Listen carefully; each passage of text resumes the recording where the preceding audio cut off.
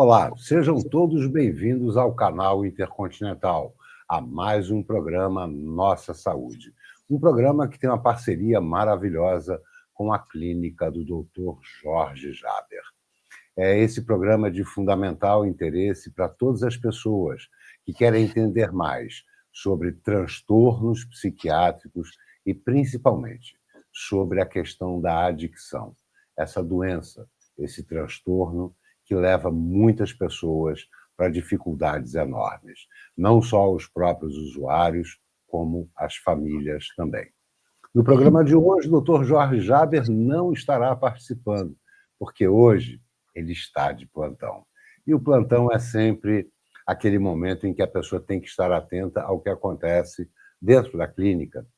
E são sempre algumas coisas que podem acontecer, alguma necessidade, alguma informação importante, pessoas que batem a porta, e assim vai. Então, nesse programa não teremos, mas, é claro, temos aqui a participação da equipe da clínica do Dr. Jorge Jaber, o terapeuta Armando, a doutora Paula, a senhora Valentina. A senhora Valentina é internacionalista, é quem leva informações da clínica Jorge Jaber e do tratamento psiquiátrico de transtornos de drogadição para o mundo. E a pessoa que também traz essas informações é sempre ela e a doutora Paula, fazendo esse trabalho fundamental. E no nosso programa de hoje, devido ao sucesso do programa na semana passada, que falamos sobre os 12 passos, muitas pessoas entraram em contato querendo saber mais, muito mais. As pessoas querem saber sobre as irmandades, alguns chamam de irmandades, que são os locais de mútua ajuda, as salinhas, como outros também chamam, que são NA, AA, e temos diversas outras. E as pessoas muito curiosas para saber, e esse é um tema de extrema relevância para você que acha que tem problema com drogas, ou para você, familiar, para ficar atento ao que vai ser abordado nesse programa e, quem sabe, indicar para que a pessoa procure ajuda. Então, gostaria de chamar agora a senhora Valentina, que é internacionalista, mas antes dela dar aquele boa noite para vocês, deixa eu apresentar uma imagem. Olha só, são 2 livros do Dr. Jorge Jaber. Um é sobre alcoolismo, o outro é Saúde Mental em Pauta. E essa foto dos livros foi tirada na sede da ONU. Vejam que interessante, é a senhora Valentina levando informação para o mundo, trocando informações. Senhora Valentina, como eu sempre digo, um prazer ter a senhora aqui dividindo essa bancada comigo, dividindo esse programa junto comigo. E digo mais, esse programa não seria viável sem a participação da senhora, que passa a semana inteira organizando o melhor programa para os nossos net espectadores. Seja muito bem-vinda, senhora Valentina. Muito obrigada, senhor Fernando. Boa noite a todos. Sejam todos muito bem-vindos ao programa de hoje. Hoje será um programa bem especial, mas antes, como eu sou internacionalista, eu preciso trazer uma coisa bem legal, na verdade, que a Clínica Jorge Jaber vai participar esse fim de semana, no dia 23, no dia 24 de agosto. Nós participaremos da Cúpula de Prevenção ao Suicídio 2025, organizada pela Mental Health Academy, que é uma plataforma online com vários cursos australianos. Então, se você fala inglês, consegue entender bem esse idioma, eu sugiro que se inscreva no site, ou se tiver dúvida, vocês podem entrar diretamente em contato comigo, que eu vou ter o prazer de ajudá-los a a se matricular para assistir essa cúpula que vai ocorrer no dia 23 e 24 de agosto. E, assim, é muito bom a gente poder fazer esse intercâmbio do Brasil com a Austrália, igual estamos fazendo agora. O senhor Fernando está transmitindo lá de Portugal, nós estamos aqui no Rio de Janeiro transmitindo informação para o mundo. E comigo hoje, dando prosseguimento, está aqui a doutora Paula Zanelato, que é chefe do tratamento de psicologia na Clínica Jorge Jaber, psicanalista há mais de 10 anos, e a doutora Paula exerce um trabalho de excelência na Clínica Jorge Jaber, também ministra várias aulas no curso de formação de terapeutas em dependência química, que continua com as inscrições abertas. E também tenho a honra de estar com o terapeuta Armando, que também tem mais de 30 anos de profissão na área da dependência química e um vasto conhecimento. Então, Obrigado. sejam todos muito bem-vindos ao Obrigado. programa de hoje. Obrigada. Olha, sejam realmente bem-vindos, e eu gostaria de dizer a todos os nossos espectadores que estão assistindo este programa que o link que a senhora Valentina acabou de comentar está no nosso primeiro comentário, tá?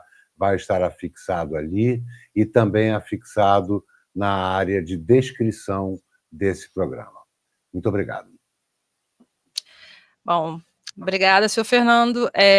Vou começar aqui com a história e o contexto. Para abrir a nossa série de perguntas, eu gostaria de abrir com o senhor Armando, né, o terapeuta Armando. O que seriam os narcóticos anônimos e quando essa irmandade surgiu?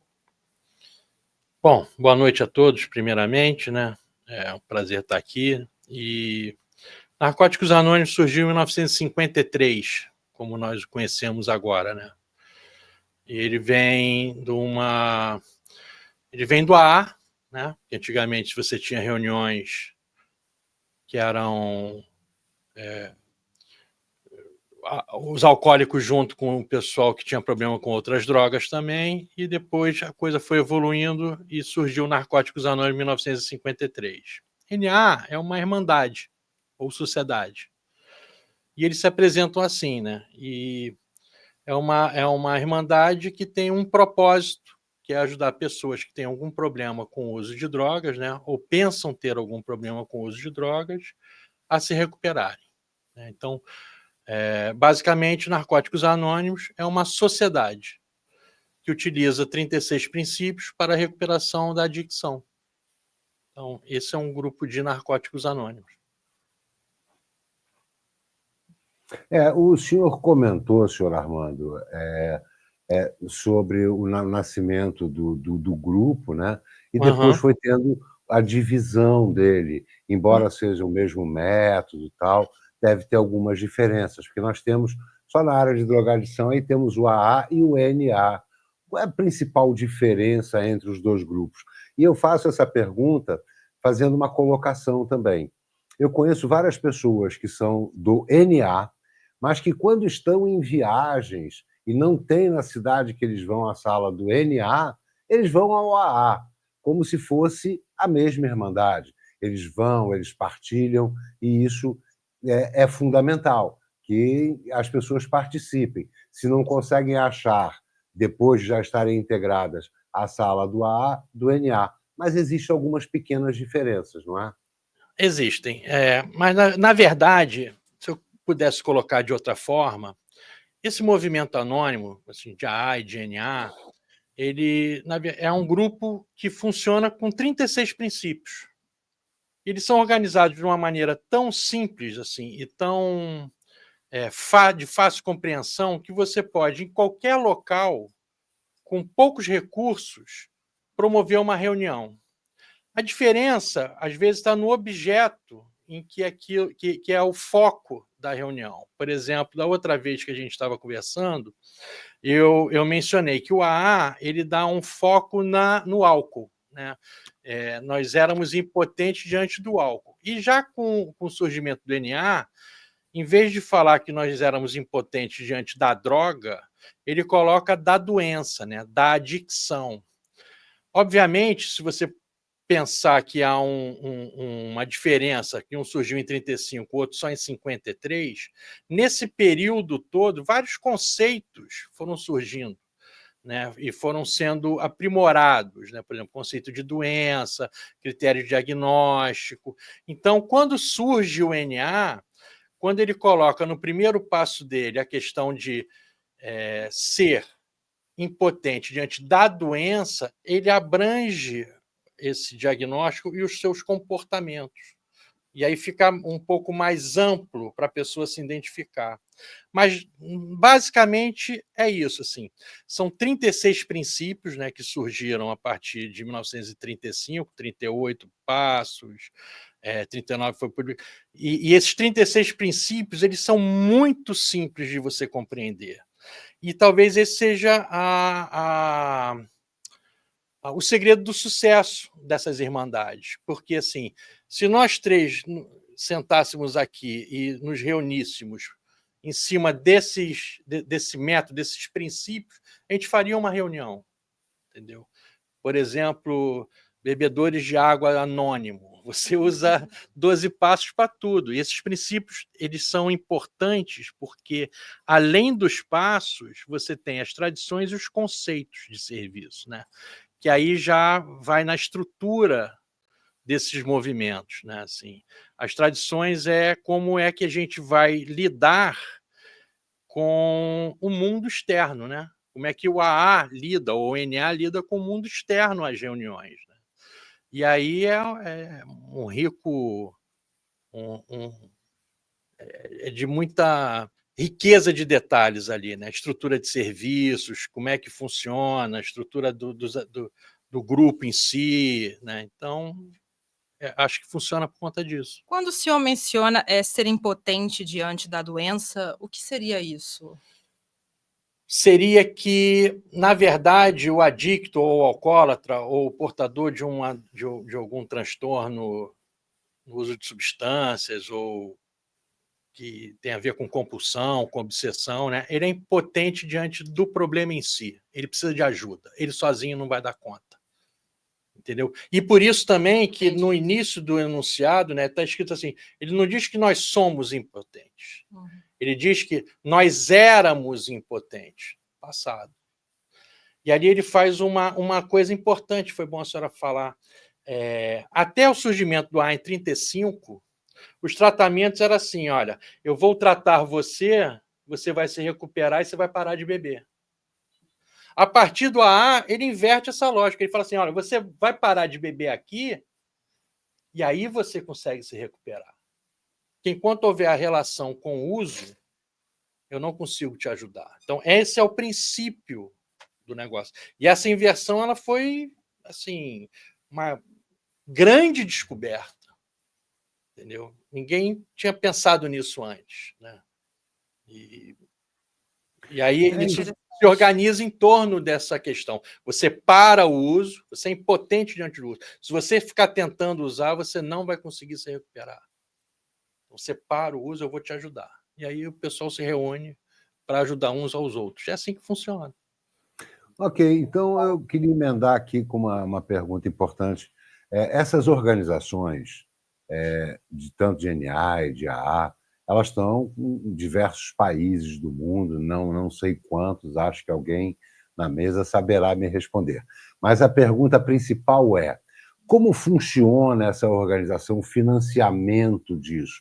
Existe um órgão internacional que financie diretamente ou é cada pessoa ajudando? Como é que funciona esse financiamento dessas milhares ou talvez até milhões de estruturas pelo mundo?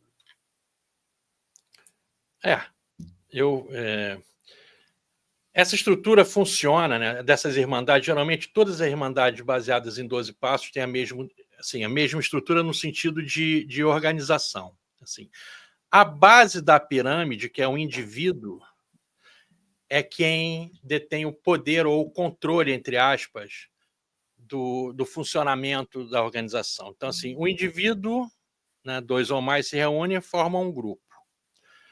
Um ou mais grupos se reúnem e formam uma área. Estou falando em questão ao NA. 2 ou mais áreas se reúnem e formam uma região. E quem decide todos os aspectos desse processo e todos os aspectos, tanto financeiro quanto rumos para onde ir, o que fazer, é o indivíduo no grupo que decide. Então, isso vai escalando, né? Como se fosse uma pirâmide invertida. Né? Assim, que quem manda é a base, não é quem está lá em cima. E aí você tem esses processos que diferenciam de irmandade para irmandade, de organização, de prestação desse serviço. E em que a decisão continua na base, que são nos grupos, dentro dos indivíduos que frequentam esses grupos, mas o serviço é prestado por pessoas que são eleitas, igual uma eleição direta de, sei lá, de condomínio, não sei como é que funciona, porque eu moro em casa, entendeu?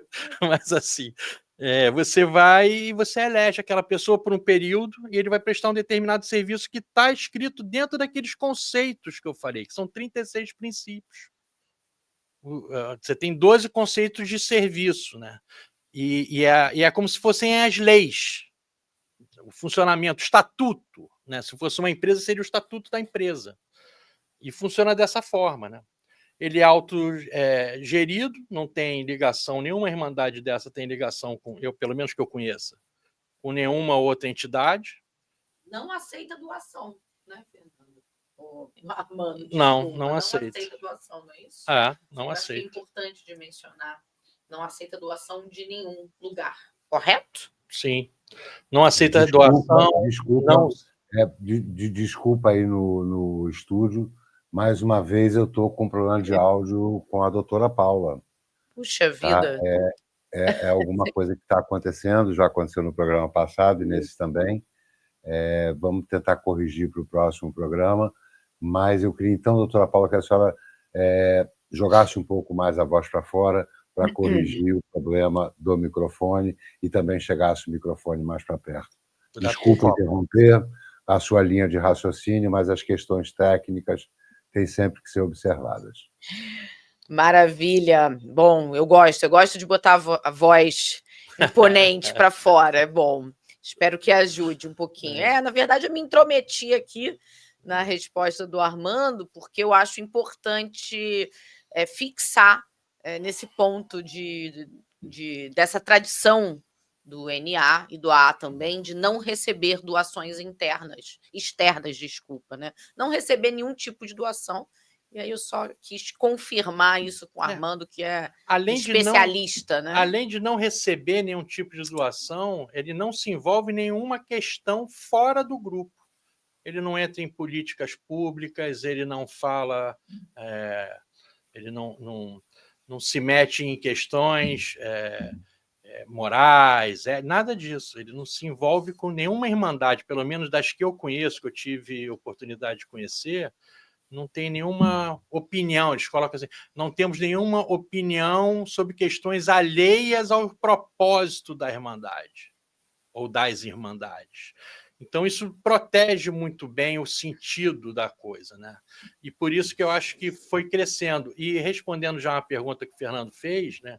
O AA está em mais de 190 países, o NA em mais de 140. Entendeu? E se você for pensar numa multinacional, Narcóticos Anônimos hoje, pelo menos hoje, há algum tempo atrás, a última vez que eu vi alguma coisa escrita sobre isso, Narcóticos Anônimos tem 70 mil reuniões semanais. Nossa.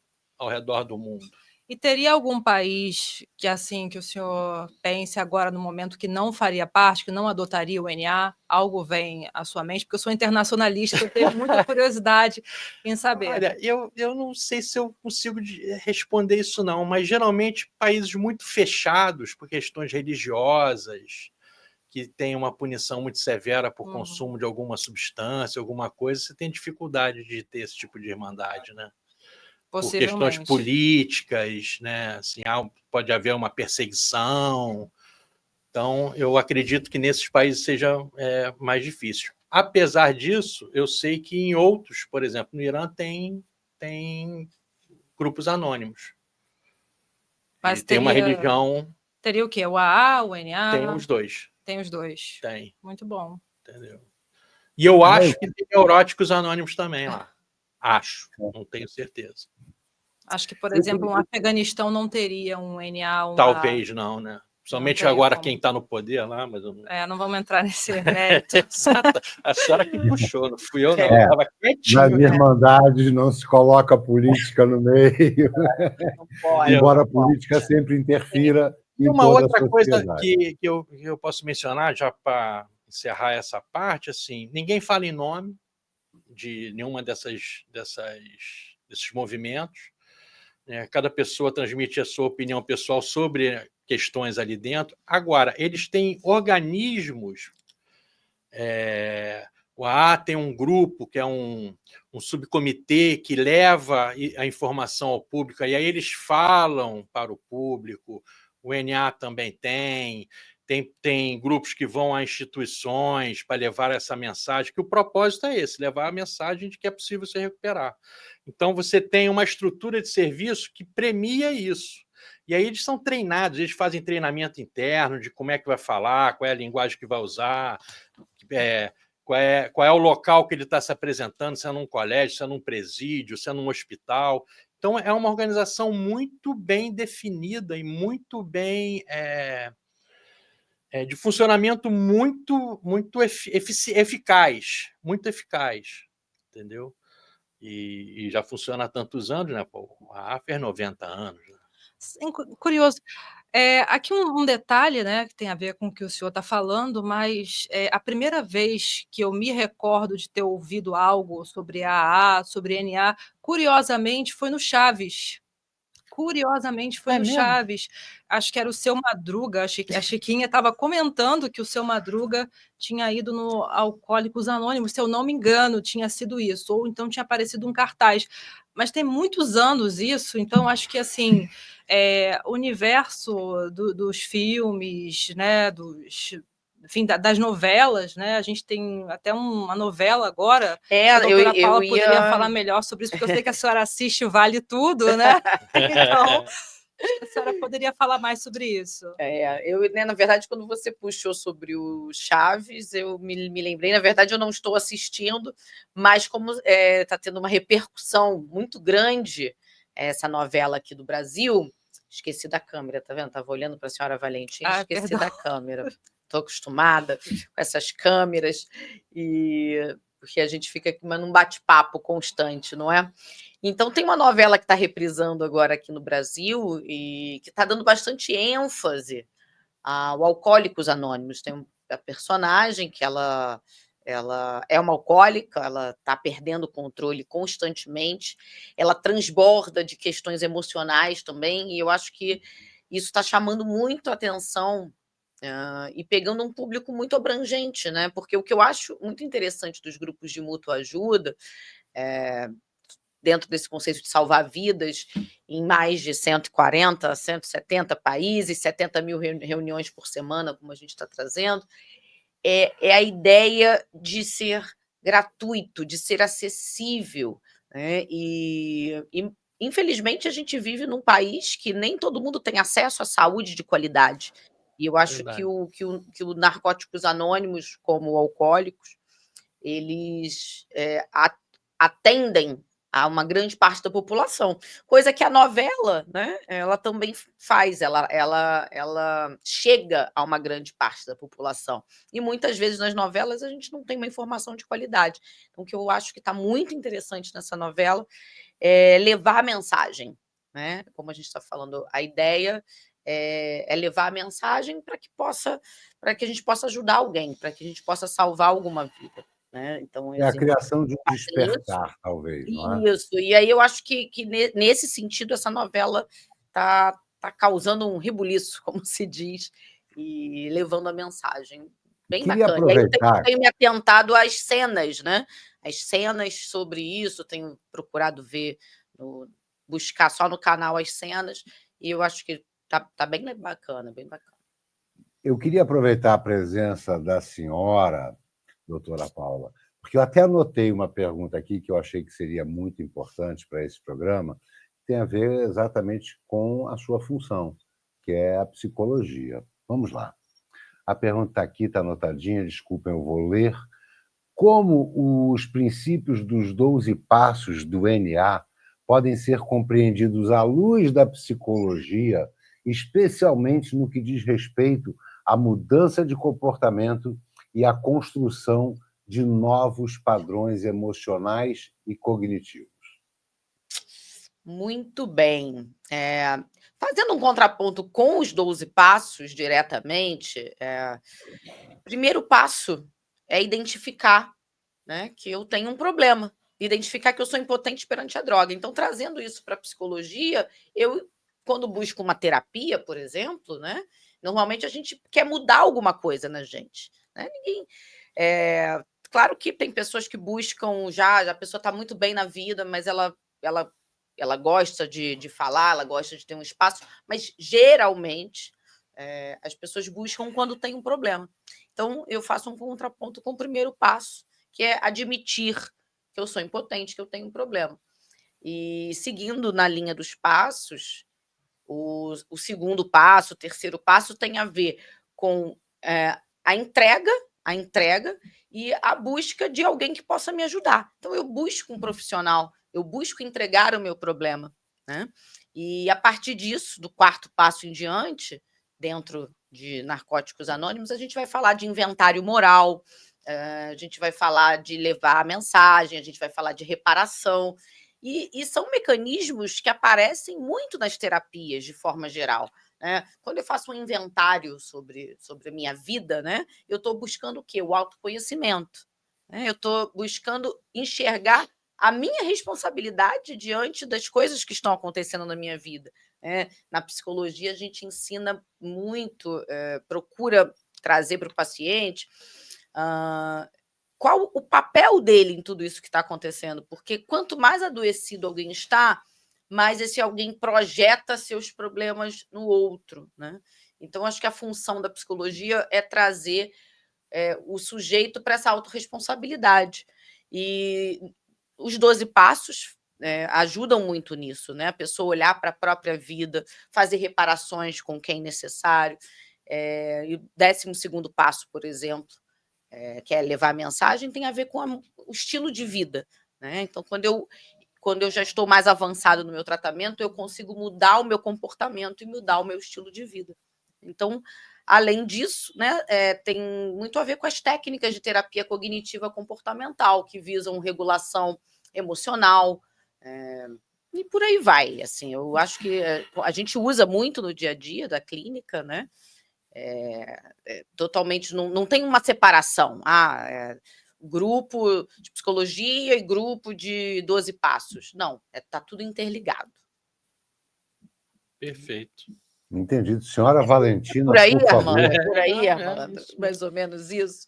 Bom, aproveitando, né, que a doutora Paula falou um pouco, eu queria saber como são aplicados os princípios GNA especificamente na clínica Jorge Jaber, como é que são aplicados nos grupos, quais as tarefas que os pacientes fazem, quantos grupos tem com relação à temática de GNA dentro da clínica, como é que isso é feito?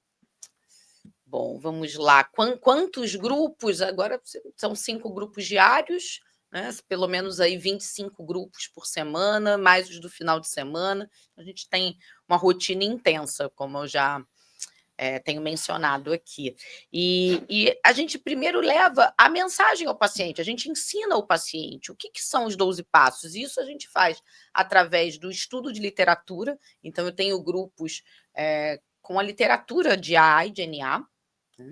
Além disso, a partir do momento que eu leio isso com os pacientes, eu também passo tarefas escritas para esses pacientes. Então, eu tenho tarefas de todos os passos, do 1º ao 12º, e outras tarefas que vão auxiliar nesse processo, como, por exemplo, tarefa de identificação da doença, tarefa de mudança de comportamento. Isso ainda responde à pergunta anterior, né, somando, porque tem tudo a ver com as técnicas realmente de terapia cognitiva comportamental. Eu faço esse paciente identificar qual o sentimento dele, qual o pensamento dele, qual o comportamento dele. E isso é fundamental para que ele entre no processo de tratamento. É assim que vai fluir o processo de tratamento. Deixa eu botar meu... Por favor, Armando, vamos lá.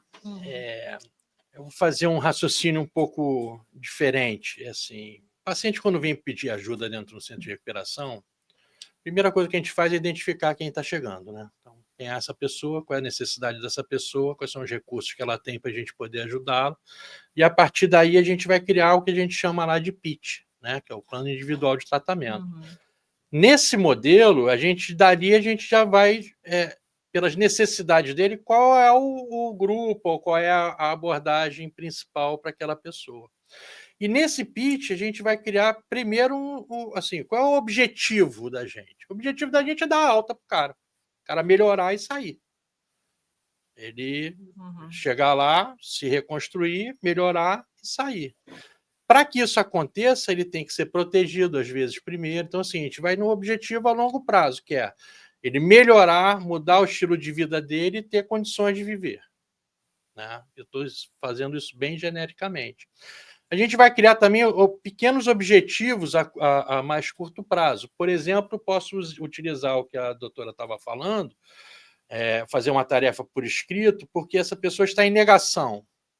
Então, eu posso pegar alguma coisa, tipo assim, vem cá, você pode descrever para mim os últimos 5 episódios de uso seu, no caso da dependência de, sei lá, de cocaína, né? E aí eu especifico, eu quero que você coloque nesses episódios onde é que você estava, quando aconteceu, quem estava envolvido e o que aconteceu, como você se sentiu.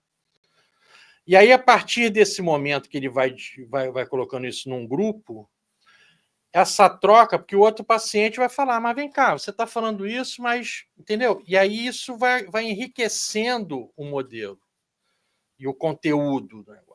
Por quê? Qual é o objetivo? O objetivo é que ele identifique que o uso dele é danoso a ele e que há consequências com isso. Então, você vai, aos poucos, aumentando vai, não é que dificultando, a gente vai subindo degrau por degrau. Então, assim, você identificou qual é o problema? Identifiquei. O que você vai fazer com ele? De que maneira você vai manter o seu tratamento? E você vai fazendo uma sequência até chegar ao ponto dele poder ir. Isso é feito com todos os pacientes? Sim. Todos os pacientes. Todos que deixam, né? Tem algo assim que eu acho importante acrescentar quando a gente fala de 12 passos e de psicologia, no que tange o tratamento, o que é muito comum, pelo menos dos pacientes que chegam na clínica, é a gente, nesse processo de identificação do paciente, identificar que ele não só é um dependente químico, né? Que dependência química é doença, como a gente tem reforçado aqui nesse programa de saúde. Mas muitas vezes a gente identifica que ele tem uma outra comorbidade. E aí, com isso, vai ser fundamental que ele tanto, utilize o programa de 12 passos, mas que ele, em paralelo, faça terapia, continue indo ao psiquiatra, continue tomando medicação. Então, muitos pacientes não têm somente a dependência química como base, mas às vezes têm um transtorno afetivo bipolar, um transtorno de personalidade, desenvolvem esquizofrenia devido ao uso, né, e abuso de múltiplas substâncias. Então, esse é um tipo de paciente, né? E nesse processo a gente também conscientiza o paciente dependente químico que, se ele continuar usando, ele pode desenvolver também essas comorbidades, né? Mas, de uma forma prática, assim, bem prática mesmo, eu costumo falar para os pacientes, durante a internação e essa intensidade de grupos que a gente tem na clínica, é um treino. Eu falo isso para o paciente, assim, para ele entender numa linguagem básica. Assim, aqui a gente está treinando você para sair daqui e seguir frequentando grupos de mútua ajuda diariamente. É um treino para isso. Então, o paciente é orientado para, no pós-alta, continuar frequentando os grupos de mútua ajuda? Perfeitamente. Isso é o sugerido, como a gente fala na programação, e o que a gente vê na prática é que o paciente que deixa de frequentar o grupo de mútua ajuda, ele tem muito mais chances de recaída. E no caso de alguém que não tenha aderência a esse movimento de grupos, você tem a terapia, né? Você tem o tratamento médico, né? Muito comum um paciente psiquiátrico abandonar a medicação. E aí abandona a medicação, aquilo que foi ajudando ele a melhorar, cessa, ele vai piorar de novo. Por isso muitos casos de reinternação, né? Porque não há uma aderência ao tratamento.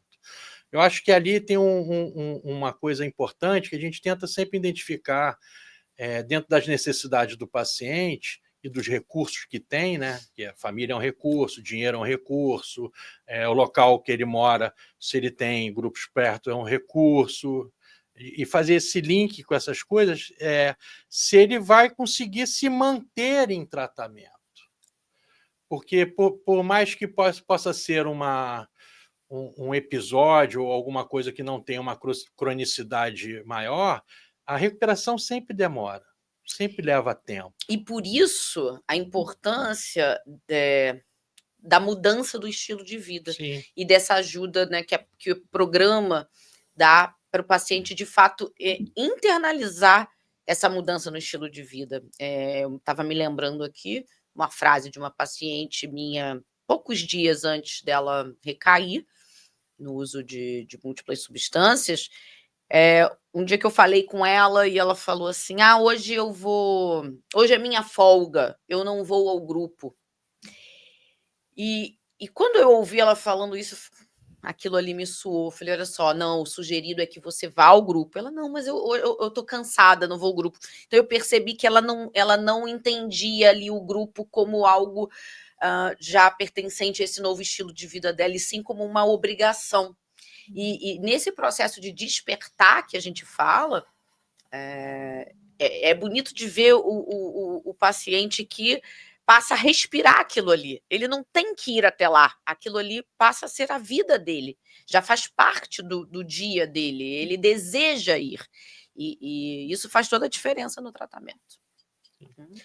É interessante tudo isso está sendo dito, pelo seguinte, a importância, a forma que eu entendo, né, porque eu conheço diversas pessoas, a importância das salas de mútua ajuda para o drogadicto e o ir para o NA é fundamental. Eu já citei aqui nesse programa, eu conheço gente que está limpa há mais de 30 anos, não deixa de ir para as salas, não deixa de partilhar durante 30 anos. E às vezes falam: mas está chovendo, eu não fui. Aí é perguntado, às vezes, por alguém mais íntimo ali no grupo: quando você ia para a boca de fumo, importava se estivesse chovendo? Então é isso. As pessoas têm que ter, muitas delas desenvolvem a gratidão ao grupo por ter salvo a própria vida. E por isso continuam frequentando os grupos, porque sabem que é uma doença que não tem cura. Não tem cura. Tem que estar constantemente vigiando. Não dá Fernando, para tirar folga, não é? Desculpa te interromper. E principalmente encontra prazer e satisfação em levar essa mensagem para outro. Claro. Então, e é por isso que essa irmandade, essa sociedade, acho que cresceu tanto e segue crescendo. É uma mensagem até de gratidão por estar salvo, por estar vivo. Encontra realmente a satisfação em levar a mensagem e ajudar outra pessoa. Isso eu acho que quando a gente fala de uma doença crônica... Só um minuto, doutor Armando, senhor Armando. Só para lembrar, em cima ainda do que a doutora Paula falou, não existe folga, porque a doença não tira a folga. Então não tem, hoje eu estou de folga. A doença não tira folga nunca. É importante estar nos grupos. Eu ia abordar um pouco esse aspecto, porque como a gente lida com algumas doenças que são incuráveis, não tem cura. Então, assim, era crônica, a gente tem que ficar o resto da vida fazer isso. Quando você consegue mudar o estilo de vida e adaptar a sua vida, né, dentro de um estilo de vida em que você inclua esse aspecto do teu tratamento, da necessidade de você estar sempre vigilante, abordando esse assunto, você tem uma chance a mais. Por isso, a doutora estava falando dessa questão da gratidão. Mas, além da gratidão, tem a questão do propósito. Se você encontra nisso um propósito, e aí eu tento, a senhora mencionando outra vez, né, as questões filosóficas que se envolvem ali, né? Se você encontra, né? Quando eu era mais jovem, a gente falava assim: pô, eu sei qual é a minha praia, eu já sei qual é a minha praia, eu gosto disso, eu não gosto daquilo. Se você encontra uma praia em que você vê que esse propósito te faz bem, é bom para você, e você se engaja naquilo, você aumenta muito a tua chance de recuperação. Você aumenta muito a chance de mudança e de você ter uma vida plena. Sim, diabético não pode usar açúcar, né? Eu não entendo muito bem de medicina, mas não tem isso. E tem que se medicar todo dia, Tem que se né? medicar, Tem que se medicar alguns, né? todo Tem que se dia. medicar todo dia. E tem grupos também que são online, né? Tem grupos hoje você tem vários recursos, né? Então, Vários recursos. Né? Verdade. hoje é minha folga, mas tem online.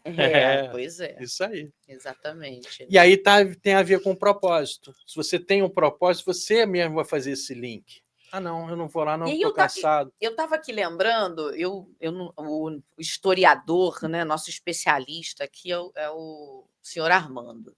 Mas eu estava aqui lembrando uma passagem da história da criação, ainda do Alcoólicos Anônimos, né, de Bill e Bob.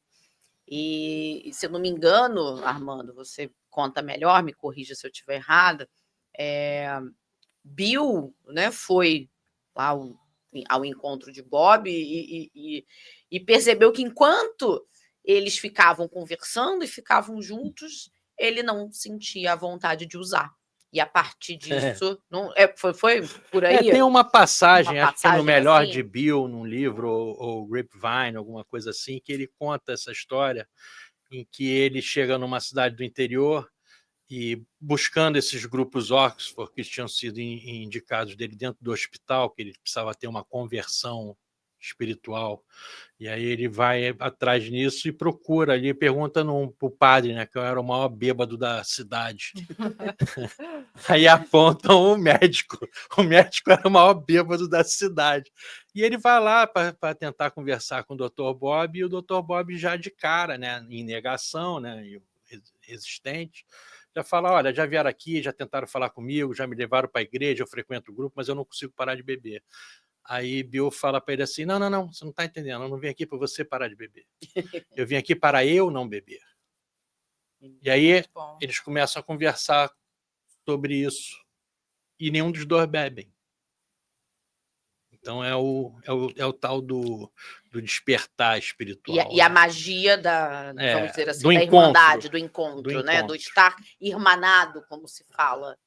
Tem uma outra passagem que é mais ou menos assim, ninguém muda ninguém, mas a gente muda nos encontros. Entendeu? E isso é uma coisa forte dentro do movimento anônimo, né? Você faz reunião com alguém, você está com alguém. A senhora Valentina falou hoje, né, do Chaves e falamos um pouquinho da novela. Tem um filme também, O Valor da Vida, que conta um pouquinho da história de Bill e Bob, da criação ali de Alcoólicos Anônimos, que vale a pena assistir também. E ajuda, né, o telespectador a dar uma clareada em toda essa história muito bonita. Que, por acaso, se eu não me engano, já foi transmitido lá na clínica. Foi. Capaz. Nas nossas sessões de cinema aí, semanais, já passamos algumas vezes. Tá, me recordei agora. Isso, O Valor da Vida. Bem bonito. Sim. O que essas irmandades fazem é resgatar exatamente esse valor da vida através do propósito da irmandade, da existência dessa irmandade, dos 12 passos, da conscientização de uma eterna vigilância e determinação. Eu conheço muitas pessoas dentro das mais diversas irmandades e eu vejo como fundamental a presença lá, de preferência diária. Como eu conheço pessoas, o meu grupo hoje não tem a reunião, mas tem um outro grupo no outro bairro que tem a reunião nesse dia. E as pessoas não ficam fixas em um grupo só. Elas estão no grupo de Ipanema, o grupo Posto 9, mas no dia seguinte é na Cerzedelo Correia, que tem outra reunião, no outro dia é o grupo Rio Sul, e também a importância dessas pessoas que frequentam diariamente migrarem, irem a outros grupos, conhecerem outras realidades, conhecerem outras pessoas que têm o mesmo problema ou problemas semelhantes, mas que devem ter como base o mesmo propósito, que é continuar limpo só por hoje e todos os dias. É isso. Isso. Então, senhora Valentina, passo de volta para a senhora. Muito bem, seu Fernando. Bom, tem aqui uma pergunta, né, para a doutora Paula. Na clínica Jorge Jaber, crianças e adolescentes também recebem um tratamento humanizado. Então, diante disso, eu gostaria de perguntar como os adolescentes eles recebem esse tratamento com os 12 passos? Existe uma boa aderência? Bom, vamos lá. Quando a gente pensa, primeiro tem um ponto, né? Nós também recebemos adolescentes que já são usuários de múltiplas substâncias. Então, o programa é aplicado da mesma forma que é aplicado para o adulto. Aplicado não é a melhor palavra, ensinado, transmitido, né? Então, isso é um ponto. Agora, para os outros adolescentes que ainda não experimentaram nenhuma substância, eu primeiro digo que conhecer é uma forma de ter conhecimento, de ver o exemplo, né? E então eles recebem um programa de forma preventiva. Isso é um ponto. E o outro ponto é que o programa ele não é usado só para quem tem problema com droga. Isso é muito importante, porque se você, nos 12 passos, tirar a palavra, né, álcool, por exemplo, né, no primeiro, no 10º passo, tirar e substituir por qualquer outro problema, descontrole, agressividade, até mesmo compulsões por comida, exatamente, compulsões por compras, né? A gente vive uma sociedade onde os jovens estão cada vez mais consumistas de forma geral, têm mais acesso à compra. Os jogos, né? Jogos eletrônicos, muito comum também nessa fase da adolescência. Então, eu uso os 12 passos para qualquer problema, para qualquer doença, para qualquer transtorno. Então, a aderência para os adolescentes é muito boa, tanto como é para os adultos. Porque tem a questão seguinte, só no primeiro passo você fala do objeto em si ou da impotência diante de um comportamento. Todos os outros 11 passos têm a ver com autoconhecimento, né, reconhecimento do problema, autoconhecimento e a mudança no estilo de vida. E se você pegar isso em cima de princípios, né, éticos, talvez, morais, ou éticos, ou o que for, você vai conseguir levar a uma mudança do comportamento. Que a gente às vezes eu estou trabalhando e aí eu faço uma palestra, depois da palestra eu faço sempre um grupo para a gente discutir sobre a palestra ou coisa parecida, né? E uma vez me perguntaram, mas aqui me chamaram a atenção por causa do meu comportamento, que foi, sei lá, chegou atrasado um grupo. Ou são pequenas coisas. E assim, a mudança vem na hora que eu entendo que eu preciso seguir regras, eu preciso aderir a um tratamento, eu preciso ser honesto. São princípios. Se eu consigo entender que esses princípios eu vou usar ele na rua, para ir no colégio, para ir no clube, para fazer um esporte, para ir na praia, tudo tem regra. E para o adolescente, isso é fundamental. Porque, gastar um pouquinho mais de tempo, assim, outro dia alguém me perguntou assim, como é que você falaria para um adolescente, para um jovem, como é que você levaria essa mensagem sobre o uso de drogas? E aí eu tenho sempre a historinha do avião, da festa. Imagina que você é convidado para uma festa sensacional, uma festa, a melhor festa, aquela festa. E essa festa é numa ilha. E essa ilha está distante não sei quantas milhas da costa, mas é a festa do milênio. E aí você fala, não, tem que ir de avião. Esse avião tem 100 lugares. Mas tem um outro detalhe, o avião não vai pousar, você vai ter que saltar de paraquedas. O jovem fala assim, eu vou. Né? Ele tem um ímpeto da juventude, eu vou. Tem um outro detalhe, 10 desses paraquedas não vão abrir. Vai ter jovem que vai dizer que também vai. Ele vai inventar, ele vai ter um pensamento mágico por conta da juventude. Eu vou saltar, se meu paraquedas não abrir, eu vou agarrar no da Paula, eu vou dar o meu jeito. Ele tem esse negócio. E E quando você leva essa mensagem dos 12 passos, isso está incluído ali dentro. Esse pensamento mágico, a maneira que você enfrenta as coisas, como é que você não analisa a situação, isso tudo cabe dentro desse programa. Ensinar o cara a pensar. Nós poderíamos dizer que o jovem, na linguagem da programação, Armando, tem aquela famosa, tem muita vela para queimar? Tem muita vela para queimar. E tem um pensamento mágico de que vai ser fácil, eu vou dar meu jeito, né? Ele tem essa questão da... Tem o tempo, tem o tempo. controle, estou na fase, né? Eu escuto muito isso dos adolescentes, mas eu estou na fase de curtir, né? Eu estou na fase de experimentar, como é que eu vou... Não vou frequentar lugares, não vou frequentar férias, né? Me lembrando que a programação... Eu aprendo muito mais com os meus erros do que com os acertos. Isso, O momento de errar é agora. Isso. Como é que eu vou evitar hábitos, pessoas e lugares na juventude, não é? Muito mais difícil. Eu queria só pegar aqui uma questão sobre os 12 passos. Vamos lá. 8º passo. Fazer uma lista, que é um inventário, de todas as pessoas que prejudicamos ou que tínhamos prejudicado e nos dispusemos a fazer reparações com todas elas. Isso significa fazer reparações, muitas vezes, na maior parte das vezes, com a própria família, que foi o primeiro a ser desgastado nessa relação, o primeiro a ser ofendido, e assim vai. Normalmente, quem sofre primeiro é quem mais ama, né? E depois nós temos o 9º passo. Fizemos reparações diretas a tais pessoas sempre que possível, exceto quando fazê-lo pudesse prejudicar as outras pessoas. Qual a importância no tratamento da adicção dessa reparação que o doente, né, que é o paciente que tem adicção, tem que entender sobre isso? Há como não fazer, além do inventário da própria vida, o inventário moral, negligenciar a questão de fazer as reparações? Se você quiser ter um resultado pleno desse programa, né, você vai ter que levar em consideração todos os passos.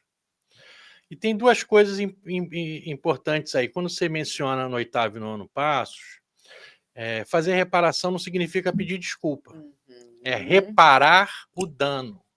É assim, eu peguei o telefone da Paula, eu tenho que devolver o telefone para a Paula. Eu tenho que reparar o dano. E para eu reparar um dano, eu primeiro tenho que me responsabilizar por ele. Então, quando eu me responsabilizo por um dano que eu cometi, por alguma situação que eu vivi, por alguém que eu prejudiquei, o que eu estou dizendo em primeiro lugar? Estou dizendo que eu sou responsável por aquilo e tem uma história anterior disso, né? Reforça o primeiro passo, você melhora a sua autoestima, você sai da condição de doente para agente da sua saúde. Então, assim, você tem ganhos secundários que estão ao redor do enunciado do passo em si, entendeu?